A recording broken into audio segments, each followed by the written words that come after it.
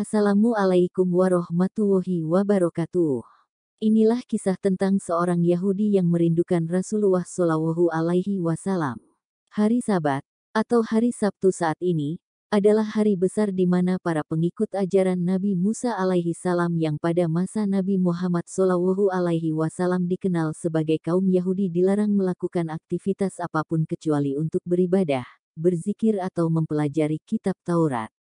Suatu ketika, seorang lelaki Yahudi yang tinggal di Syam mengisi hari Sabatnya untuk mempelajari kitab Taurat. Ia menemukan dalam Taurat tersebut ayat-ayat yang menyebutkan tentang sifat dan keadaan Nabi Muhammad Shallallahu Alaihi Wasallam, Nabi yang diramalkan akan turun sebagai penutup para nabi-nabi, sebanyak 4 halaman. Ia segera memotong 4 halaman Taurat tersebut dan membakarnya. Saat itu memang Nabi Muhammad Shallallahu Alaihi Wasallam telah diutus dan telah tinggal di Madinah. Sementara itu, beberapa orang pemuka dan pendeta Yahudi melakukan indoktrinasi kepada jamaahnya bahwa Nabi Muhammad Shallallahu Alaihi Wasallam adalah seorang pendusta. Jika ditemukan sifat dan cerita tentang dirinya dalam Taurat, mereka harus memotong dan membakarnya karena itu merupakan ayat-ayat tambahan dalam Taurat yang tidak benar. Lelaki Yahudi dari Syam tersebut adalah satu anggota jamaah sekte ini.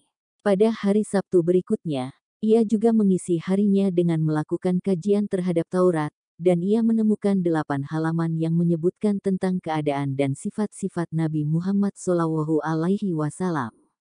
Seperti kejadian sebelumnya, ia memotong 8 halaman tersebut dan membakarnya.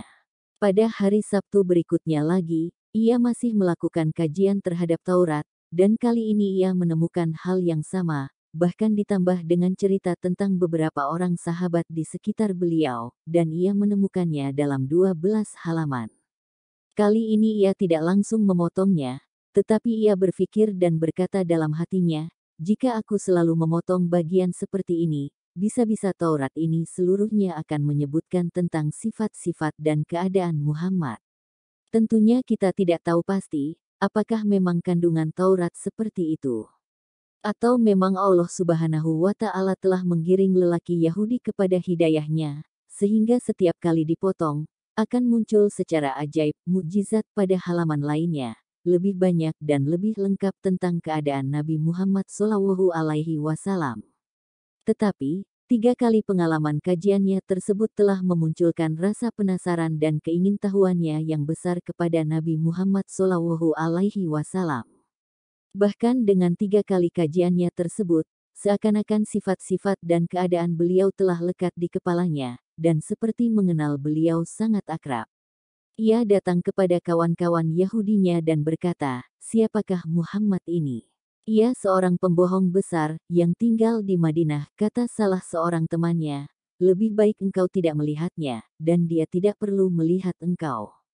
Tetapi lelaki Yahudi yang telah melihat dengan ilmu yakin tentang keadaan Nabi Muhammad Shallallahu Alaihi Wasallam ini, tampaknya tidak mudah begitu saja dipengaruhi teman-temannya. Seakan ada kerinduan menggumpal kepada sosok Muhammad yang belum pernah dikenal dan ditemuinya itu. Kerinduan yang memunculkan kegelisahan, yang tidak akan bisa hilang kecuali bertemu langsung dengan sosok imajinasi dalam pikirannya tersebut. Ia berkata dengan tegas, "Demi kebenaran Taurat Musa, janganlah kalian menghalangi aku untuk mengunjungi Muhammad." Dengan tekad yang begitu kuatnya, teman-temannya itu tak mampu lagi menghalangi langkahnya untuk bertemu dengan Nabi Muhammad Shallallahu Alaihi Wasallam di Madinah.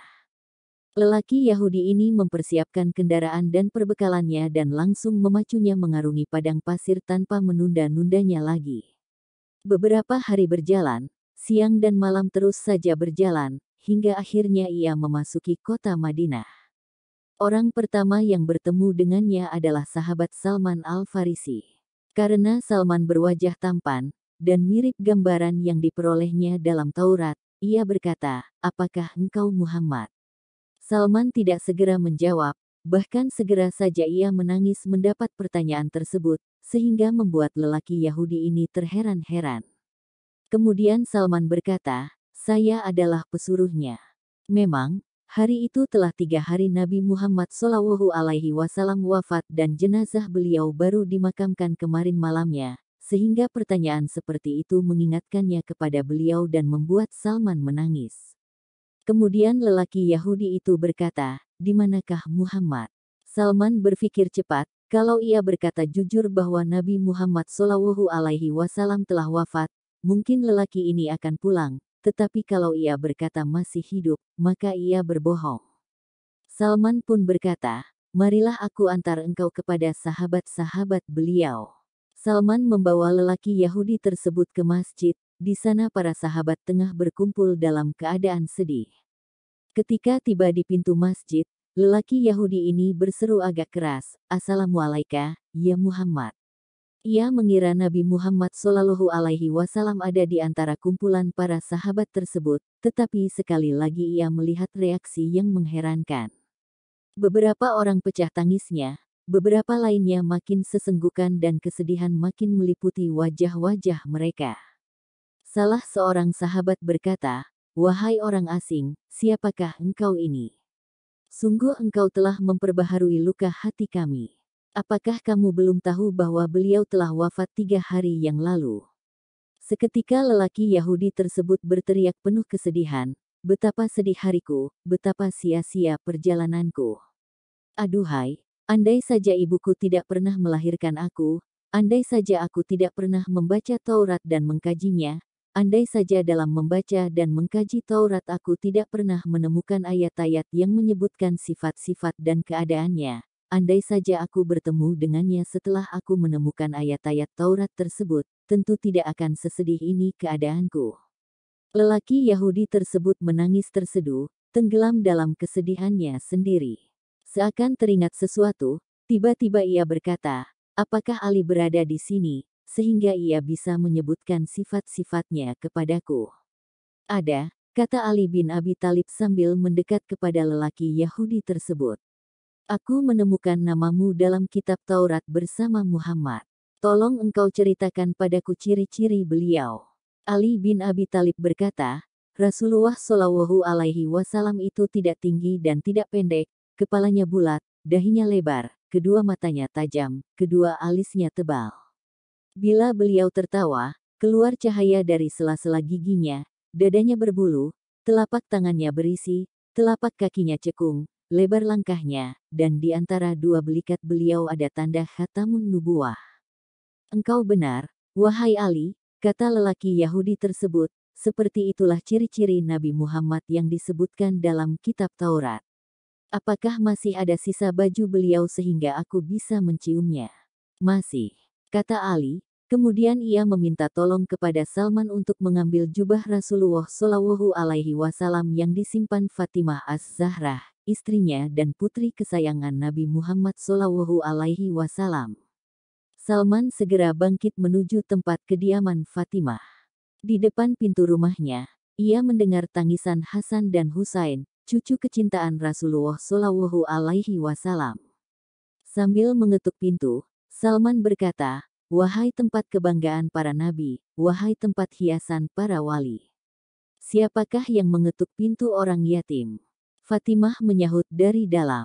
"Saya, Salman," kata Salman. Kemudian ia menyebutkan maksud kedatangannya sesuai yang dipesankan oleh Ali. "Siapakah yang akan memakai jubah ayahku?"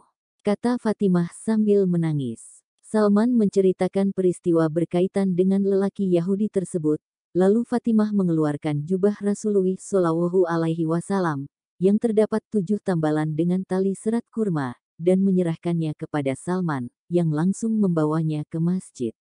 Setelah menerima jubah tersebut dari Salman, Ali menciumnya diiringi haru dan tangis, hingga sembab matanya.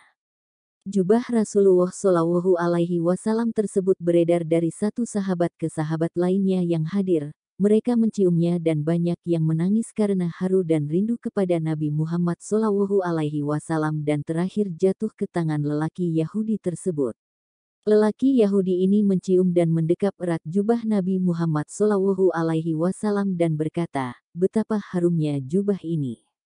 Dengan tetap mendekap jubah tersebut, lelaki Yahudi ini mendekat ke makam Rasulullah SAW, kemudian menengadahkan kepalanya ke langit dan berkata, "Wahai Tuhanku, Saya bersaksi bahwa Engkau adalah Zat yang Esa, Tunggal dan tempat bergantung Asy-Syamad. Dan saya bersaksi bahwa orang yang berada di kubur ini adalah Rasul-Mu dan kekasih-Mu. Saya membenarkan segala apa yang Ia ajarkan. Wahai Allah, jika Engkau menerima keislamanku, maka cabutlah nyawaku sekarang juga. Tak lama kemudian lelaki Yahudi tersebut terkulai jatuh dan meninggal dunia. Ali dan para sahabat lainnya ikut terharu dan sedih melihat keadaan si Yahudi tersebut. Mereka segera memandikan dan mengurus jenazah lelaki Yahudi yang telah menjadi Muslim tersebut dan memakamkannya di Baqi. Lelaki Yahudi ini bukanlah termasuk sahabat Nabi Shallallahu Alaihi Wasallam. Bahkan dalam keislamannya tersebut belum satu pun salat atau kefarduan lain yang dilakukannya, tetapi kecintaan dan kerinduannya kepada Nabi Shallallahu Alaihi Wasallam membuatnya pantas kalau ia dimakamkan di Baqi, disandingkan dengan para sahabat beliau lainnya. Demikian kisah tentang seorang Yahudi yang merindukan Nabi Muhammad Shallallahu Alaihi Wasallam. Semoga bermanfaat. Wassalamualaikum warahmatullahi wabarakatuh.